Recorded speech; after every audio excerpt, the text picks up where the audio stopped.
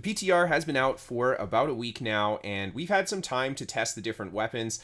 I wanted to go over some of the fire staff changes especially, but a few of the changes for the various different weapons, and talk about how it will impact the meta going forward, and what I think about some of these individual changes that are pretty big for some of these weapons, especially the fire staff, which feels very strong on the PTR. So let's start off with the fire staff. The first ability that I want to take a look at is, of course, Pillar of Fire. First thing to note about this skill in the new patch is that it is much smoother to use. I would say it feels about as clean as Fireball to use now. And this not only makes it much easier to aim than it used to be, but Pillar of Fire actually got a little bit of a damage boost thanks to getting a damage increase if your opponent is already burning. So if these changes go through to live, I think that Pillar will be a pretty good rival to Fireball for an AoE ranged option. Definitely like the skill a lot more than I do on live. Next up, Meteor Shower. They have completely reworked this skill to be a 1-second cast time, and then it puts the field on the ground for a few seconds after that, and you don't have to keep channeling it. So that means you can actually use Meteor Shower to follow up with other skills into a combo.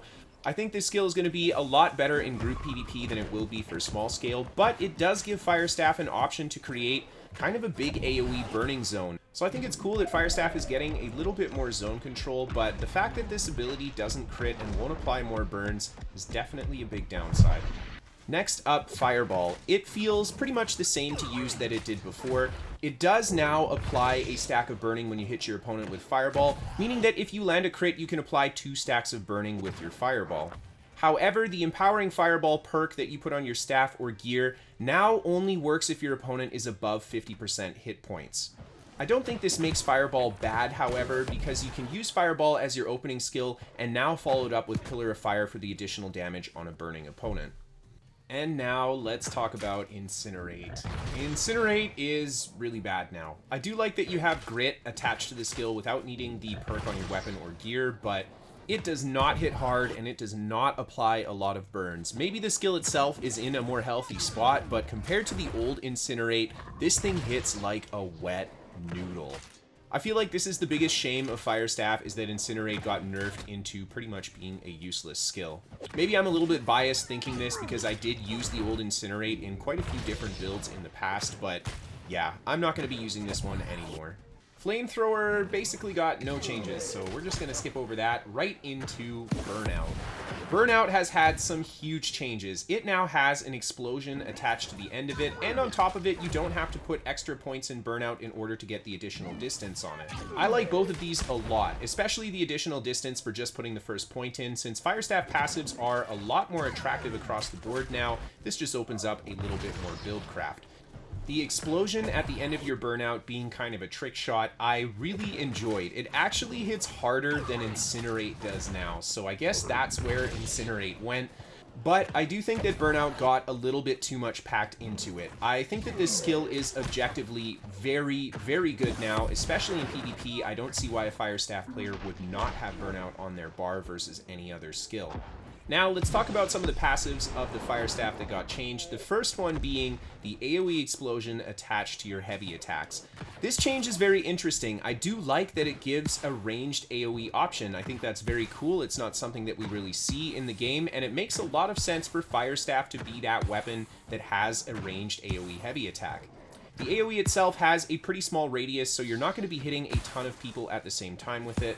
But I really do like this change for group PvP in general. You're going to be hitting more people with that heavy attack than you were before, and since heavy attacks are now applying a stack of burning, not just light attacks, it adds even more pressure to the AoE that those heavies can do. A very cool change for Fire Staff that I really like. Now let's talk about that new final passive on the Pyromancer tree, Backdraft. The way this ability works is that when your opponent has 5 stacks of Smolder on them and you hit them with a heavy attack, all of the stacks of Smolder are consumed and they take 100% weapon damage. This is not a good ability. I tried using it, and if you just don't have Backdraft but instead let the ticks of Smolder tick for 2 seconds, you do the same amount of damage as you would have if you used Backdraft. However, your opponent is still burning. I don't really know what the thought process was behind this perk here, but in my opinion, not good at all for really any situation.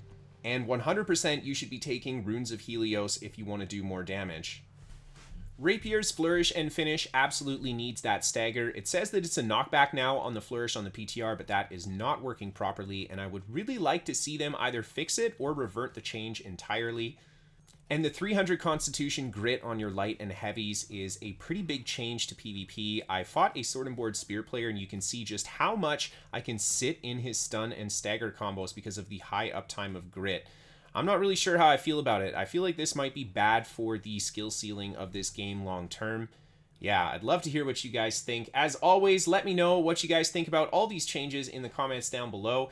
You can catch me live on Twitch, and of course, you can check out my website, pvpnewworld.com, for written guides to my builds. If you have an awesome clip you want to send in for the top 5, send that to Kristofer at pvpnewworld.com. Thank you to all of my patrons on Patreon for supporting. A quick shout out to my sponsor, ExpressVPN, for sponsoring the show, and thank you to all of my patrons on Patreon for supporting the show as well. Again, let me know what you guys think about the changes, and as always, have a great night, everybody, and I'll see you next time.